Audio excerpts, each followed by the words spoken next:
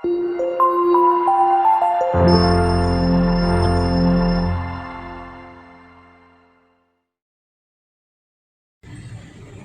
di rumah ketemu sama anak, apalagi yang masih usia-usia kecil gitu kan, usia TK, SD, lari-larian di rumah, disuruh makan susah, disuruh ini itu bandel. Gimana ya caranya biar anak kecil itu ketika mereka lari-lari berhenti, mereka bisa berhenti. Mereka yang teriak-teriak suruh diem. Kira-kira mama-mama sama papa-papa yang di rumah ngalamin juga hal yang seperti ini nggak sih? Lalu gimana caranya? Kan nggak mungkin misalkan anak lari-larian, dibilangin nggak bisa masih tetap lari-larian, terus dimarahin, dibentak. Apalagi anak kecil kalau dibentak itu kan kurang gimana gitu ya. Buat mama-mama dan papa-papa yang di rumah, misalkan pengen tahu gimana sih caranya berkomunikasi dengan anak. Nah, kali ini saya bersama para narasumber yang ahli di bidangnya masing-masing akan membahas permasalahan ini agar mama-mama dan juga papa-papa yang di rumah tahu gimana sih caranya berkomunikasi dengan si buah hati. Oke, tak kenal maka tak sayang. Akan saya perkenalkan dulu, ada Pak Amru, ada Ibu Monik, dan juga ada Bapak Prasetyo. Mereka ini para pakar di bidangnya masing-masing. Nah, dengan masalah yang tadi di awal sudah saya utarakan, mending kita langsung ngobrol sama beliau-beliau. Gimana sih caranya berkomunikasi dengan anak? Khususnya ini ya, khususnya para keluarga muda yang mereka baru mempunyai momongan usia TK sampai usia SD lah. Kadang kan susah. Gimana sih caranya kita kalau bentak salah, ya kan? Anak nggak boleh dibentak, apalagi dipukul. Kan gimana biar si buah hati ini bisa menerima, istilahnya manut gitu loh dengan kita. Ladies first. Ladies first. Oke, terima kasih. Kalau saya, kita lihat dulu nih, anaknya usia berapa, gitu kan? Usia berapa? Kita harus memahami anaknya dulu. Baru kita akan tahu bagaimana cara kita mengasuh anak kita itu seperti apa, kayak gitu misalnya ya. Pola untuk mengetahui anak itu kan dengan sendirinya sebenarnya orang tua itu sudah tahu, sudah paham gitu ya. Tuhan itu menciptakan kita itu sudah dengan kondisi yang luar biasa.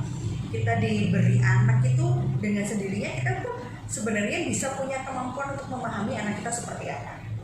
Seperti itu. Jadi dilihat dulu anaknya seperti apa, gitu ya.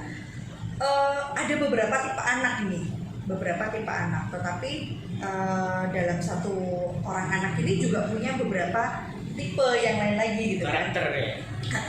Karakter, gitu ya. Sebenarnya karakter itu juga dari orang tua ini kan, gitu.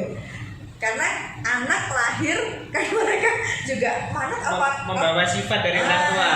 Dan juga karakter itu kan orang tua yang membiasakan. Misalnya seperti ini, anak bayi rewel, nangis, mau makan sulit, diajaklah keliling gitu ya Mas Amro. Biasanya kita kalau di desa-desa gitu kan, di rumah-rumah gitu kan, anaknya sulit makan, diajaklah dia kemana-mana. Dari umur berapa? 6 bulan, 7 bulan, 8 bulan, 9 bulan, sampai 1 tahun, sepedaan, dibiarin aja makan sambil disuapin. Membentuk karakter nggak itu? Akan mempengaruhi gitu kan, Jadi bisa nggak dia makan kembali ke rumah gitu? Karena sekian banyak waktunya kita mengikuti cara pola makan yang di luar, harus jalan-jalan mengikuti polanya dia gitu. Nah itu akan membentuk karakter tersendiri untuk si anak ini tadi kan gitu. Ini satu contoh kecil saja, satu contoh pola perilaku makan dia di luar. Akhirnya begitu dia sudah agak besar, sulitlah dia untuk duduk manis dan makan. Gitu kan? Dari kebiasaan itu dia bisa melakukan banyak aktivitas dengan makan misalnya. Jadi kalau duduk manis gitu sulit gitu kan, karena sekian panjang keliling gitu kan. Diajak biar mau makan dia keliling gitu kan. Nah, akhirnya dia untuk bisa duduk manis di meja makan bersama dengan orang tua pun akan menjadi sesuatu yang hal karena sulit. tidak terbiasa mungkin ya. Betul. Nah, lalu dengan pola asuh seperti itu benar atau salah? Karena pola asuh contoh kecil kayak makan tadi, ada yang harus diajak berkeliling, ada lagi yang misalkan mau nyuapin anaknya, ini pesawat gitu. Akhirnya nanti takutnya kan karena pola pikirnya kalau makan ini ada pesawat harus gitu, nanti takutnya karena udah gede ada pesawat lewat gitu gitu. Karena kan sudah terbiasa sejak kecil. Kalau terus ya. Gimana itu? Apakah benar dengan pola asuh Kalau seperti kita itu? ngomongnya bukan benar dan salah ya, Iya. bukan benar dan salah. Kan lebih pada apa sih yang kita harapkan dari anak itu kan gitu. Misalnya makan gitu ya, kita makan. Ya apakah sesekali boleh anak ini diajak untuk jalan? Kalau menurut saya ya nggak apa-apa. Kalau misalnya sesekali saja dia memang butuh untuk refreshing, lihat sesuatu atau pas lagi kondisi makan bersama dengan teman-teman. Apakah itu tidak boleh? Boleh saja. Tapi itu tidak setiap hari gitu ya, tidak setiap hari dan tidak intens sepanjang waktu dia melakukan itu, gitu kan. Sesekali nggak masalah, sesekali untuk mencari suasana yang berbeda, gitu. Tapi sesekali kalau misalnya dia sudah umur 1 tahun kan kita punya chair itu ya, yang kalau makan anak bayi pun itu ada kursinya, gitu Iya, kan. yang di Betul. kursi ada mejanya kecil. Jadi itu fungsinya untuk dengan orang tua makan bersama, mengajari mereka. Lalu dengan caranya. Jadi tidak selalu kita menyuapin dia, tetapi membuat mereka belajar. Kamu pegang garpu di sebelah mana, pegang sendok di sebelah mana. Dia harus merasakan dan menyadari betul apa yang dia lakukan, gitu kan? Apa yang dia lakukan. Misalnya makan tadi ya, makan, kemudian dia pegang apa itu kalau untuk anak-anak 1 tahun ya. Kalau untuk anak-anak SD mereka dibiasakan makan, atau kebiasaan kalau anak-anak SD itu kan gini. Biasanya beberapa tidak semuanya seperti itu, tetapi biasanya beberapa orang anak-anak dibiarkan makan sendiri di depan TV. Gitu kan? Karena sambil nonton gitu kan. Terus orang tuanya makan di meja makan. Itu kan sebenarnya pola komunikasi yang belum terjaga dengan baik. Karena biasanya tapi setiap keluarga itu punya pola komunikasi berbeda-beda. Biasanya punya pola komunikasi berbeda-beda. Ada juga yang keluarga yang terbiasa makan. Kalau kami itu kan terbiasa, kalau saya tidak ada meja makan khusus untuk keluarga gitu ya. Jadi kami itu lesehan.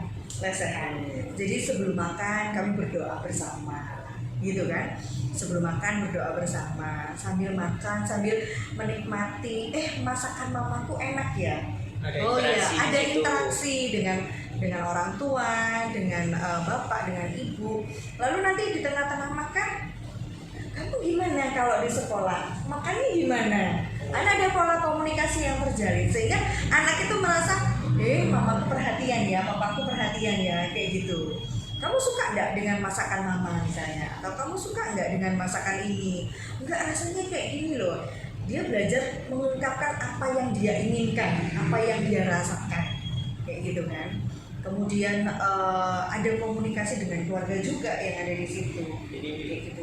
Melalui hal kecil makan itu akhirnya komunikasi Bisa terbentuk ya, terjalin. polanya mulai dari kecil sampai akhirnya tumbuh dewasa, di situ terbentuk dalam keluarga. Betul. Jadi intinya ketika makan itu harus meskipun nggak bisa bareng tapi tetap di rumah. Karena kalau saya dulu waktu makan gitu ke rumah tetangga.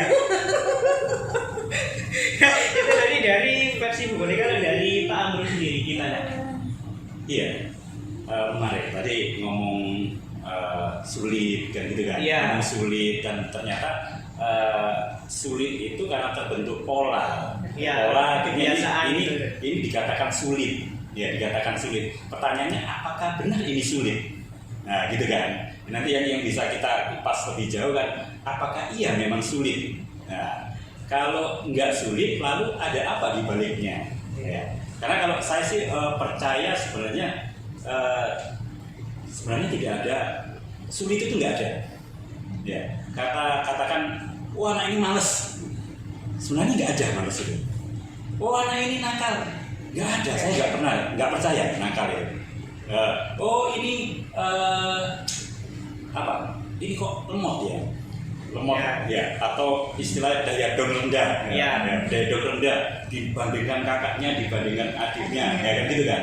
Nah, terkait dari pola yang ada, akhirnya kan membentuk si anak itu. Nah, saya selalu mesti pertanyaannya, apakah iya kayak gitu? Nah, ternyata kabar gembiranya, apapun itu, kabar gembiranya ini ya, ngomong sulit atau nakal itu kan kita yang beri label. Iya.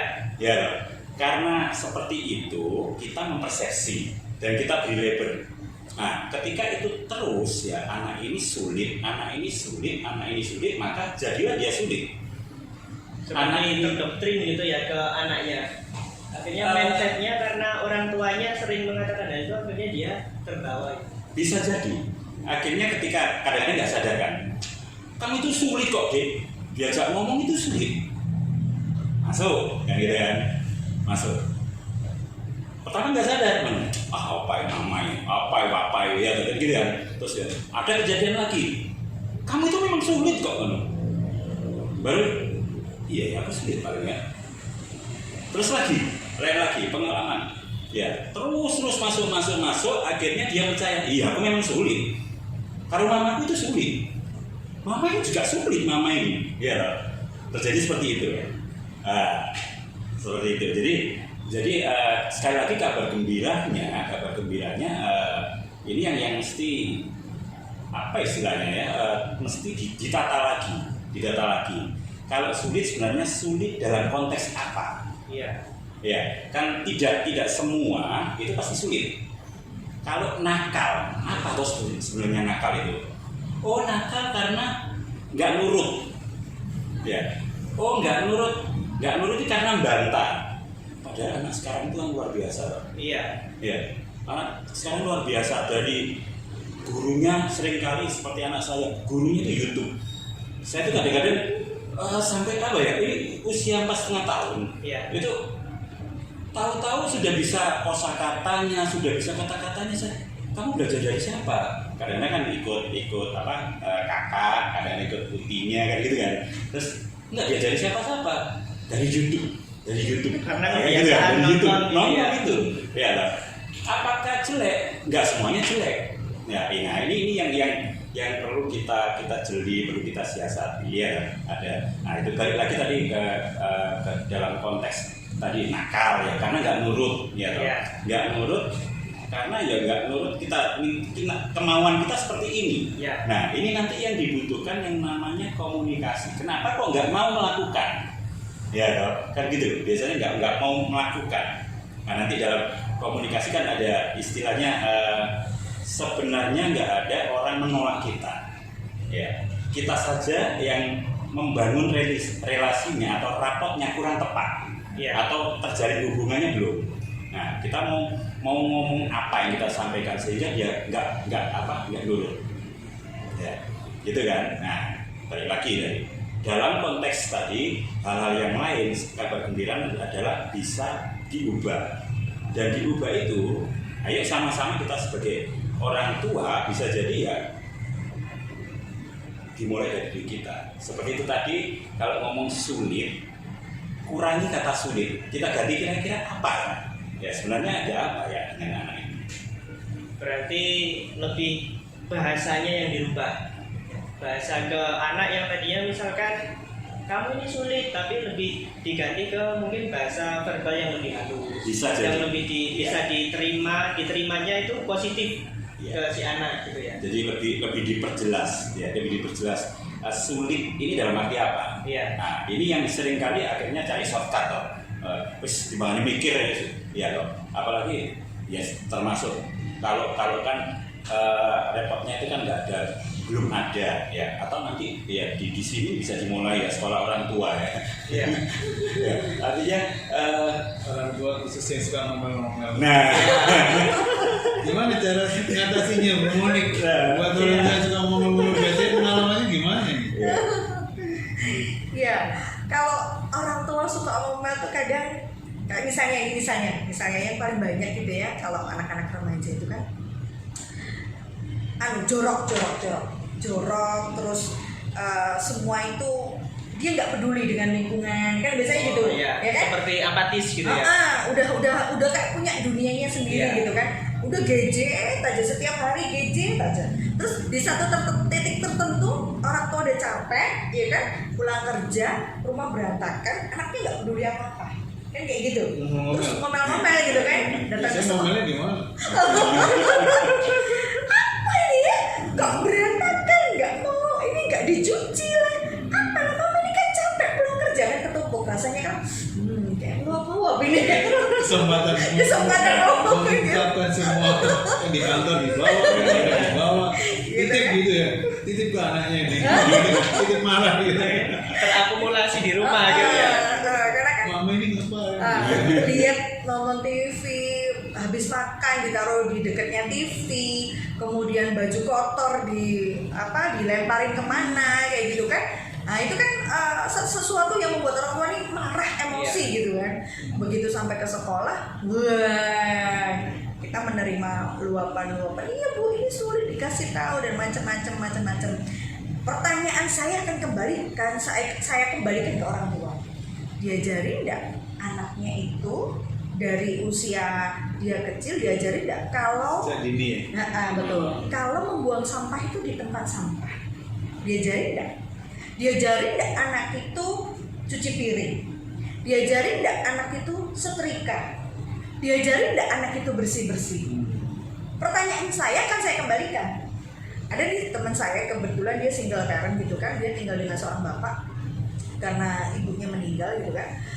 akhirnya bapak ini merasa sangat lelah karena udah bekerja anaknya nggak tahu gitu kan bapaknya nih setrika cuci piring bersih lalu meluapkan ke sekolah meluapkan banyak permasalahannya bahkan ketemu saya juga meluapkan banyak permasalahan pertanyaan saya tetap akan sama diajarin nggak dia cuci enggak diajarin setrika enggak Tapi pertanyaannya kalau gini, kan masih kecil kasihan, nanti suruh nyuci, sering Iya. betul Bang Bro. Jadi orang tua itu tidak bisa membedakan antara sayang yang sesungguhnya dengan kasihan yang sesungguhnya. ya betul. Kadang ya seperti betul yang Bu Monica tadi bilang sudah diajarin nggak cuci piring, sudah diajarin nggak bantu beres-beresin buang sampah segala macam. Nah seringkali orang tua ini sepertinya merasa karena dia super power dia bisa bekerja, memenuhi segala kebutuhan sampai semua pekerjaan dia handle sendiri. Nah akhirnya apa yang dia berikan investasikan selama ini sejak anaknya kecil dia sendiri yang menuai tadi itu. Lah itu dia bagaimana anak bisa mengepel kalau dia tidak pernah diajari ngepel. Bagaimana anak itu bisa mencuci piring kalau tidak diajari mencuci piring? Taunya cuma tiba-tiba dimarahin gitu. Berarti sebenarnya bukan persoalan tidak bisa atau sulit, nggak bisa Betul. ngomongin gitu ya. berarti ya. Tapi ada juga yang sudah diajari, sudah gini loh, meskipun nggak diajarin secara langsung paling nggak kan tahu waktu mamanya ngepel, waktu mamanya cuci piring. Tapi mungkin dari komunikasi, misalkan kamu nanti habis makan piringnya dicuci. Nah akhirnya si anak menerimanya, lo ngapain kok aku disuruh-suruh. Nah kadang dari Betul. anak sendiri persepsinya seperti itu, tapi Betul. dari orang tua mungkin belum sadar, belum menyadari kalau persepsi si anak ini beda gitu.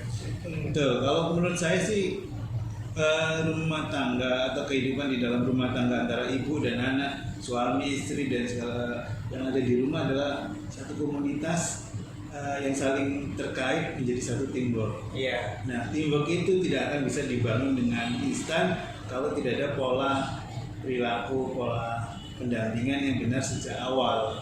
Jadi orang tua itu harus punya konsep membangun sebuah rumah tangga. Bagaimana sih saya ini nanti membangun pola komunikasi Yang seperti disampaikan Pak Bro tadi. Iya betul, pola komunikasi ini penting karena pola komunikasi ini nanti yang akan men-trigger relation hubungan di dalam rumah tangga itu, di dalam kehidupan di rumah itu. Bagaimana orang tua ini selalu tidak menghindari kata sulit, Iya. berani berkata kamu bisa nak, kamu pasti mampu. Nah, seperti yang Pak Amru sampaikan tadi. Terus orang tua ini harus mengajarin anak dari kecil, mengajarin anak mulai menyapu, membersihkan. Kadang orang tua ini bangun sibuk mengerjakan kegiatan rumah tangga, anaknya nggak dibangunin karena sayang, gitu, karena kasihan. Dia biar nggak usah susah-susah seperti orang tuanya. Tapi padahal dia sudah mencetak anaknya tidak peduli, tidak membantu anaknya untuk empati, tidak menumbuhkan kasih sayang. Jadi bagaimana ya orang tua aku kerja, aku harus bantuin, bersihin segala macam. Nah kalau dibiarkan mati perasaannya, mati empatinya, nanti kesulitan bagi orang tuanya mentrain, melatih ketika anak itu sudah menjadi dewasa. Itu menjadi sebuah karakter. Nah karakter ini karena adalah pola pembentukan dari watak sebelumnya. Seperti itu sih. Ya gitu Bu Moni. Betul sekali apa yang disampaikan. Menariknya lagi kalau gini tadi nyambung berdua. Tadi kalau anak katakan, ayo buang sampah atau ayo ini bantu nyapu, dan terus nek gak mau, Kalau nggak mau, mama, males mau tak. Nah itu gimana supaya akhirnya antara tadi istilahnya tengah-tengah, bisa jadi tidak harus marah, tapi betul. mengena gimana? Mungkin betul, pemikiran betul. juga. Jadi orang tua ini seringkali, Pak Andrew tadi sampaikan, seringkali mengambil suatu tindakan ini instan karena merasa dia punya power, dia merasa yang incas di dalam keluarga, terutama ibu bapak. Dia berhak marah, berhak menghukum, berhak menjustifikasi, menghakimi. Nah, ini yang harus dihindari. Karena kenapa? Benar dan salah itu sebetulnya bagaimana orang tua ini memperlakukan anak-anaknya, memperlakukan dari mulai pola komunikasi. Jadi bagaimana anak ini supaya terbangun empatinya, kepeduliannya, yang disentuh adalah hati ke hati. Jadi dari perasaan yang lemah lembut, tutur kata yang santun. Nah, ini adalah sebuah investasi, proses yang memang anak itu tidak pada saat terekam pertama adalah penolakan, tapi kalau itu terus diinvestasikan terus dan menerus, dia akan menjadi pola empati, pola kepedulian. Nah, jadi bentukan anak itu bagaimana investasi orang tua kepada anaknya, kepada rumah tangganya. Jadi kalau kita melihat sendiri diri kita sendiri loh, kalau kadang melihat anak kita bandel aja kita sudah ngomelnya macam-macam. Padahal kita dulu Pak Amru bandelnya itu luar biasa. Tapi bagaimana orang tua kita itu bisa bertahan diri, sudah cari duit, didik kita.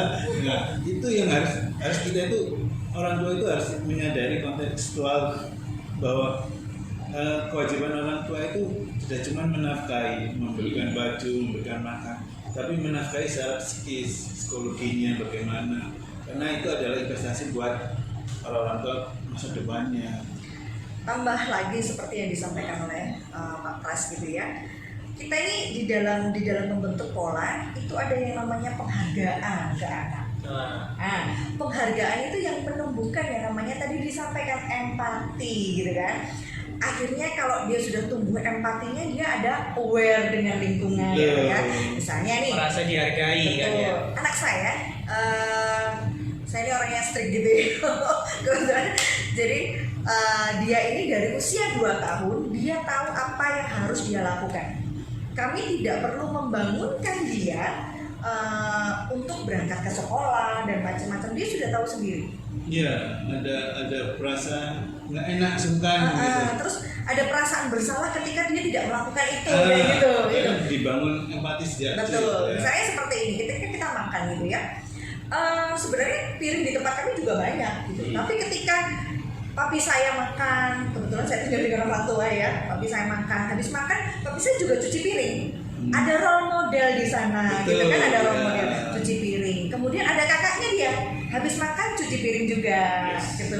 Kita lesehan bersama, semua berdiri membawa masing-masing. Kemudian ada yang perlu dibantu. Misalnya mami saya kan nggak hanya bawa ini ya, bawa tempat lauknya apa gitu. Akhirnya dia dari situ tahu, oh kalau aku harus berdiri ke belakang, aku bantu mama, bantu ini. Ada role model di sana. Kemudian setelah dia melakukan itu, kita ucapkan terima kasih ya sudah membantu mama. Bahkan kebetulan anak saya itu TK, dia diantar oleh papi saya gitu kan, diantar oleh papi saya. Papi saya ini menangis terharu. Setelah diantar, yang diucapkan anak saya apa? Papi, terima kasih ya, aku sudah dianterin. Papi saya pulang tuh sambil nangis gitu. Anak saya nggak pernah ngomong kayak gini gitu ya. Tapi ini si kecil aja, dia yang usia 4 tahun waktu itu usia 5 tahun yang dia playgroup, bahkan terima kasih. Dikasih baju, waktu itu dia minta tolong, papi minta tolong ya, handukku ketinggalan gitu.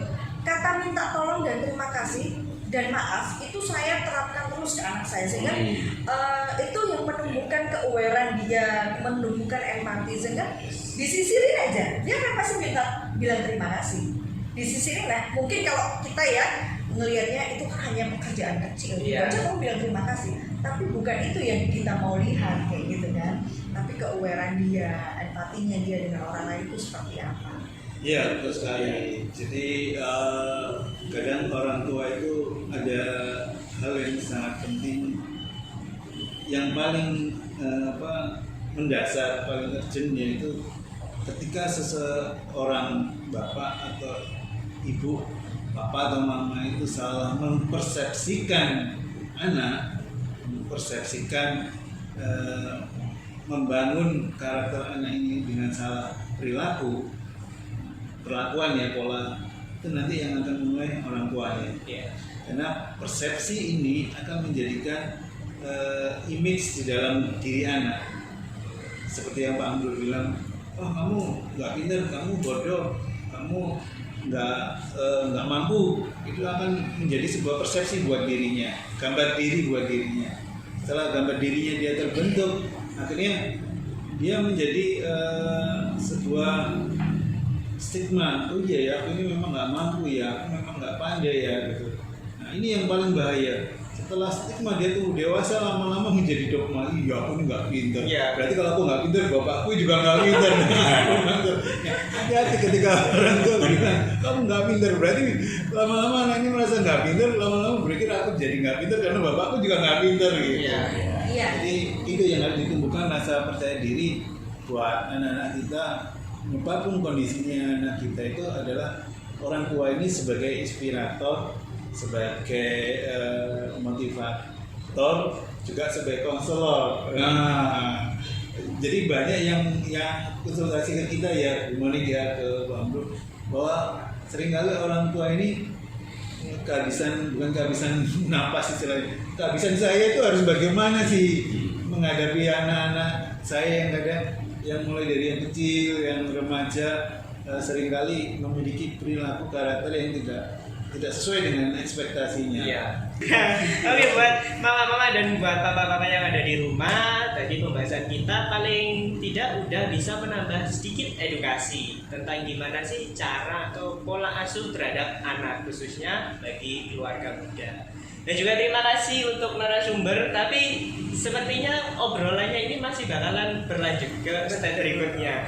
Dan buat mama-mama dan juga papa-papa yang ada di rumah, kalau misalkan edukasi ini sangat membantu dan juga butuh untuk dilanjutkan, jangan lupa untuk tetap menyaksikan atau juga bisa hubungi Arpa College.